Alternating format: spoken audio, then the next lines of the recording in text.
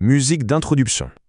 Alors, comment est-ce qu'un ordinateur, une machine qui au fond ne comprend que des 0 et des 1, peut regarder une image et savoir ce qu'elle représente? C'est vraiment l'une des questions fondamentales de l'intelligence artificielle. Prenons un exemple tout simple, ce 7, écrit à la main. Pour nous, c'est évident. Mais pour une machine, ce n'est pas une forme, c'est juste une collection de points. Alors, comment la faire passer de simples points à une véritable reconnaissance? Bon, allons-y.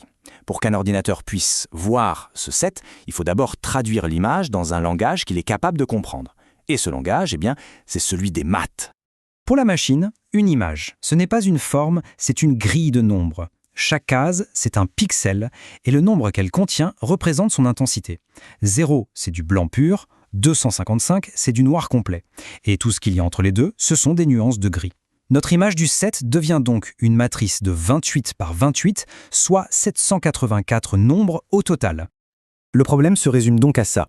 On donne à la machine 784 nombres en entrée, et on lui demande de les classer dans une des 10 catégories possibles, de 0 à 9. C'est ce qu'on appelle un problème de classification. Et pour résoudre ce problème, on va s'inspirer de l'outil de reconnaissance le plus puissant qu'on connaisse, le cerveau humain. Et l'unité de base du cerveau, c'est bien sûr le neurone. Voici son équivalent artificiel, le perceptron. C'est un concept qui date en fait de 1958. Son fonctionnement est plutôt simple, il regarde toutes les entrées, il décide de l'importance de chacune grâce à ce qu'on appelle un poids, et il prend une décision. C'est un peu comme un mini-juge qui dirait juste oui ou non. Décomposons un peu. D'abord, il reçoit les 784 valeurs de pixels. Ensuite, il les pondère. Par exemple, un pixel noir en haut de l'image pourrait avoir un poids très important si on cherche un 7, mais un poids très faible si on cherche un 1. Finalement, il additionne tout ça pour obtenir un score final. Plus le score est élevé, plus il est confiant. Le truc, c'est qu'un seul perceptron ne peut dire que oui ou non. Alors, pour reconnaître 10 chiffres différents, on va en utiliser 10, chacun spécialisé. Un pour le 0, un pour le 1, etc.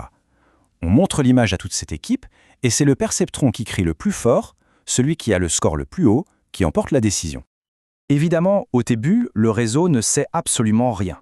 Ses poids sont complètement aléatoires et ses prédictions sont mauvaises. C'est là que la partie la plus fascinante commence, l'apprentissage. Imaginons sa toute première tentative sur notre 7. Après ses calculs, le perceptron du 1 obtient le meilleur score. Le réseau se trompe complètement. Il lui faut donc un moyen de savoir à quel point il s'est trompé. C'est exactement le rôle de la fonction de perte, la loss function en anglais.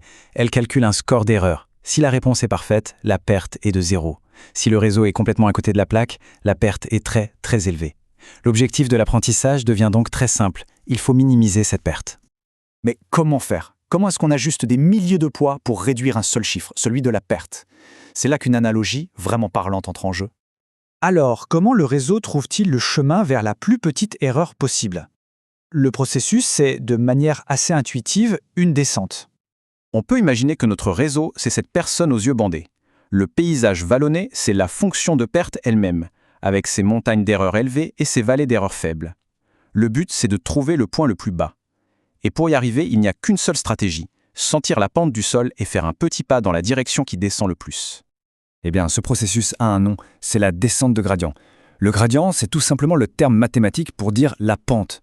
Le réseau calcule la pente de l'erreur par rapport à chacun de ces milliers de poids, puis il ajuste chaque point un tout petit peu dans la direction descendante. Tout l'apprentissage se résume donc à cette boucle. 1. On fait une prédiction. 2. On mesure l'erreur. 3. On calcule comment chaque poids a contribué à cette erreur en propageant l'information vers l'arrière à travers le réseau. C'est la fameuse rétropropagation ou backpropagation. 4. On ajuste les poids pour faire un peu mieux la prochaine fois. Et on répète ça encore et encore avec des milliers et des milliers d'images.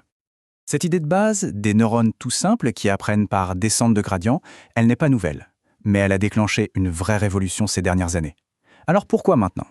En fait, 3 choses ont tout changé. D'abord, des logiciels comme TensorFlow qui rendent ces opérations hyper complexes beaucoup plus accessibles. Ensuite, le matériel, les fameux GPU, les processeurs graphiques qui à l'origine étaient faits pour les jeux vidéo, se sont révélés parfaits pour les calculs de ces réseaux. Et enfin, des architectures de réseaux bien plus intelligentes, bien plus complexes que notre simple groupe de perceptrons. Mais cette révolution ne s'est pas faite en un jour, loin de là. Elle s'est construite sur des décennies de recherche. Le modèle du neurone, ça date de 1943, le perceptron de 1958. La rétropropagation a été popularisée en 1986, mais le vrai point de bascule, Le moment où le monde a vraiment pris conscience du potentiel, c'est 2012. Ce moment clé, c'était le concours ImageNet. C'est un défi annuel de reconnaissance d'images à très grande échelle, avec 1000 catégories différentes. En 2012, un modèle de deep learning appelé AlexNet a littéralement pulvérisé la compétition. Les chiffres parlent d'eux-mêmes. En 2012, AlexNet atteint 15,5% d'erreurs, ce qui était très loin devant le deuxième à 26%. C'était déjà incroyable. Mais regardez bien, 2 ans plus tard, l'erreur tombe à 6,7%. Et en 2015, elle atteint 3,6%, ce qui est meilleur que le taux d'erreur humain moyen sur cette même tâche. C'est un jalon historique. Pour la toute première fois, sur une tâche de perception visuelle aussi complexe, une machine est devenue meilleure qu'un être humain. Et tout ça grâce à ces idées finalement assez simples de neurones, de poids et de cette descente patiente vers la bonne solution. De la simple lecture d'un chiffre écrit à la main jusqu'à une performance surhumaine en reconnaissance d'images, le chemin était long. Mais la progression, elle, a été fulgurante. Et ça soulève une question assez vertigineuse. Si les machines peuvent apprendre à voir, qu'est-ce qu'elles apprendront à faire demain ?